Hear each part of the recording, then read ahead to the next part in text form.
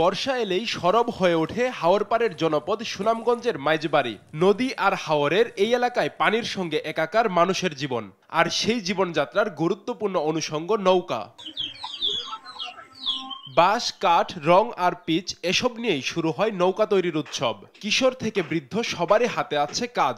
প্রতিদিন তৈরি হচ্ছে ছোট বড় অসংখ্য নৌকা।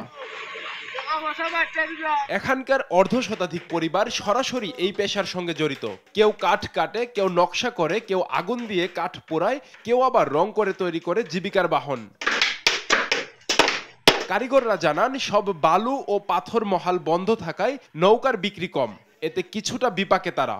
নৌকা বান্ধা আমরা বাচ্চা আমল থেকে নৌকা বান্ধি, ব্যবসার কোনো লাভবান কোনো আয় উন্নতি করতাম পারি না।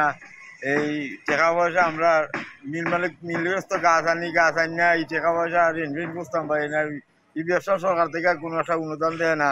কাঠের দর বাড়াইল, সপ্তাহ দর বাড়াইল, লোহার দর বাড়াইল, সব থেকে মিলে আর পর থেকে না বন্ধ লাভ হয় না। নৌকা তৈরির এই শিল্প বাঁচিয়ে রাখতে কারিগরদের পাশে থাকার আশ্বাস উপজেলা প্রশাসনের। এই শিল্পটাকে বাঁচিয়ে রাখবো এবং আমার উপজেলা প্রশাসন সবসময় এই শিল্পের সাথে যারা কলাকুশলীরা সংযুক্ত আছেন তাদের পাশে থাকে। হাওরের বুক চিরে চলা এই নৌকাগুলো পরিবহন ও জীবিকার অন্যতম হাতিয়ার।